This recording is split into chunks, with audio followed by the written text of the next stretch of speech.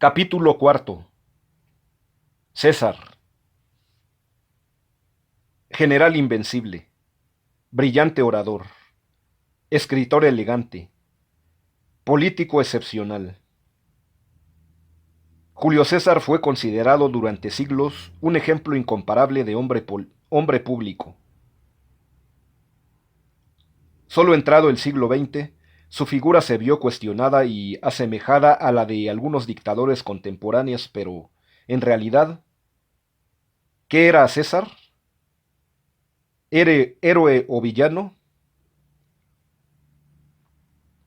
Cayo Julio César nació en Roma en el año 100 antes de Jesucristo, en el seno de una familia patricia que pretendía estar emparentada nada menos con la diosa Venus.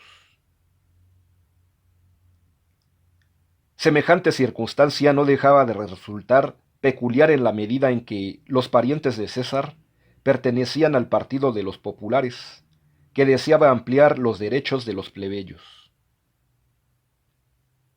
Un tío de César fue nada menos que el general Mario, gran reformador del ejército y adversario de Sila, en una de las guerras civiles que caracterizaron las últimas décadas de la República en Roma.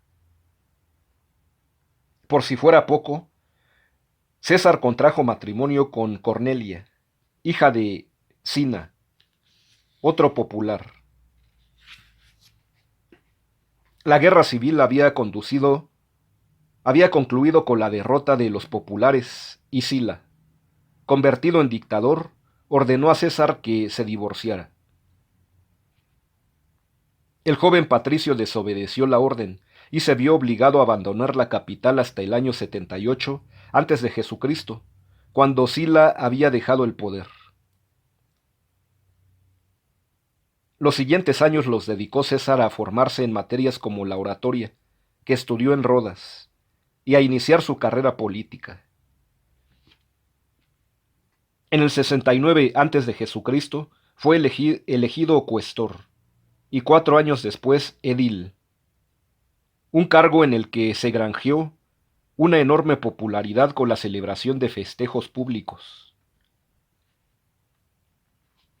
Los gastos de esas actividades no corrían, a diferencia de lo que sucede ahora, a costa del presupuesto público, sino que eran sufragados por particulares y César se vio obligado a pedir dinero prestado a Craso, un acaudalado patricio. De esta relación surgió una amistad a la que se vio asociado Pompeyo, un prestigioso general que, como Craso, había sido cónsul. En 60 antes de Jesucristo, tras regresar de Hispania, donde había sido gobernador, César formó con ellos el denominado Primer Triunvirato, una alianza que debería permitirles dominar Roma. Resultados directos de este pacto fueron el matrimonio de Pompeyo con Julia, una hija de César, y la elección de éste como cónsul en 59 antes de Jesucristo, y al año siguiente como gobernador de la Galia.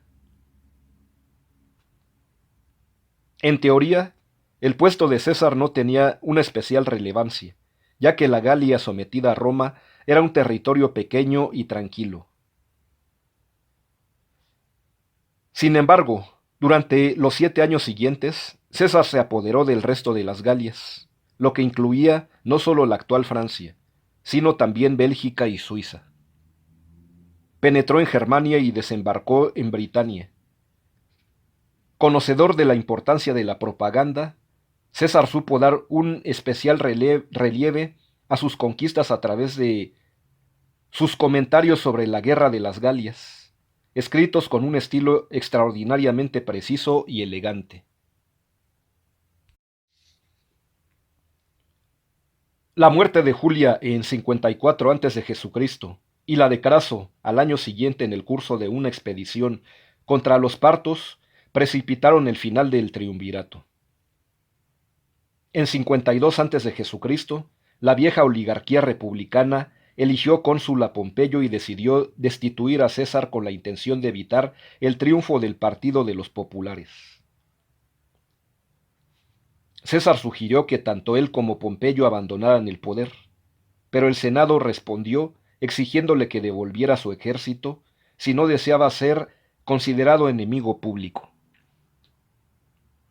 Los triunfos de la plebe, aliados de César, vetaron la resolución, pero el Senado los expulsó y decidió continuar con sus propósitos.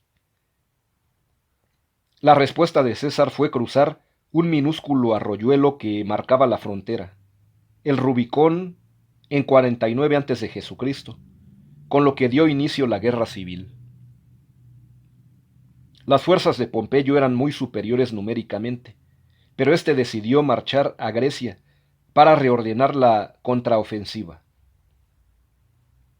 César aprovechó estas circunstancias para, en 3 meses, aniquilar a los pompeyanos en Italia e Hispania, y luego medirse con un rival en Farsalia, Grecia.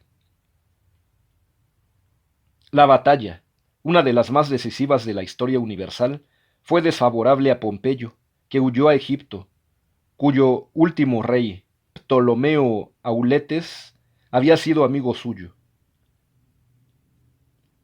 Sin embargo, el hijo de Ptolomeo consideró más prudente asesinar a Pompeyo para complacer a César. Fue un grave error. Aquella villanía convenció a César de lo poco recomendable que era el nuevo Ptolomeo como aliado, y le llevó a apoyar a su hermana Cleopatra. En el curso de aquella guerra de Alejandría, César convertiría a la joven egipcia en su amante. De ella tendría un hijo llamado Cesarión, y a Egipto en un protectorado romano. En 47 a.C., César derrotó a Farneses, rey de Ponto, en una campaña relámpago que definió con la frase Veni, vidi, vici. Esto es, llegué, vi y vencí. Y regresó a Roma.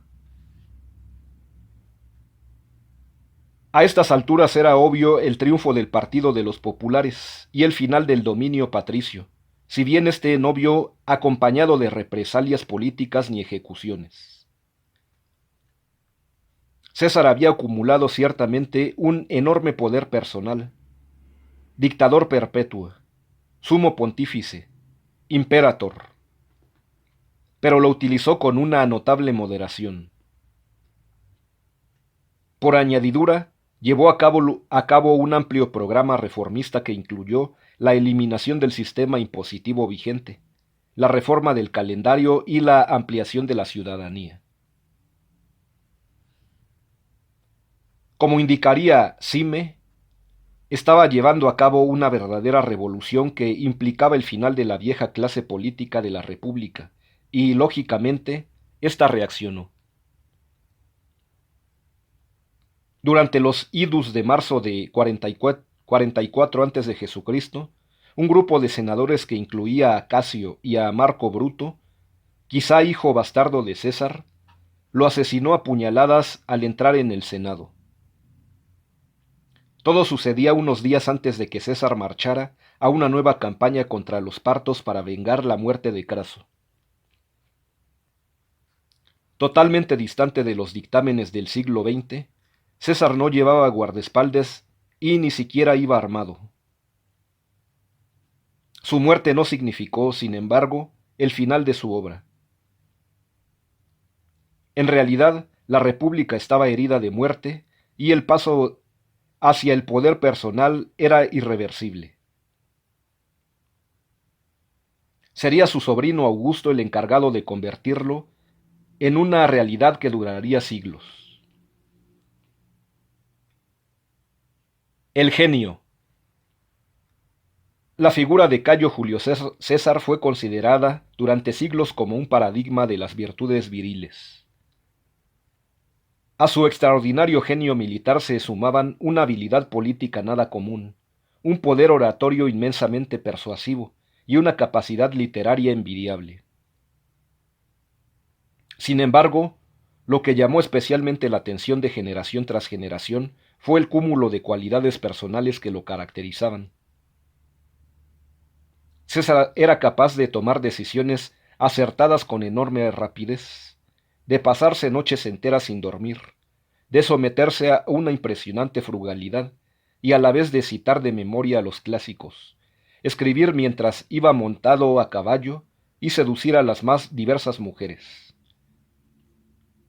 Que todo aquello y mucho más surgiera de un personaje que había sido enclenque y enfermizo en su niñez, resulta aún más sorprendente y explica por qué Cervantes pudo considerarlo paradigma de militar. Shakespeare convertirlo en héroe de una de sus tragedias. Napoleón adoptarlo como modelo. Y Dante, como, por el contrario, no se atrevió a condenarlo al infierno. Ni siquiera la Revolución Francesa cuestionó su figura, considerando que había sido un impulsor del cambio social. La crítica contra César tendría que esperar al marxismo. ¿Cómo tolerar semejante individualidad en una visión colectiva de la historia? Y se agudizó al identificarlo con dictaduras como la de Mussolini. Semejante anacronismo distaba mucho de hacer justicia a una de las figuras más fascinantes de la historia.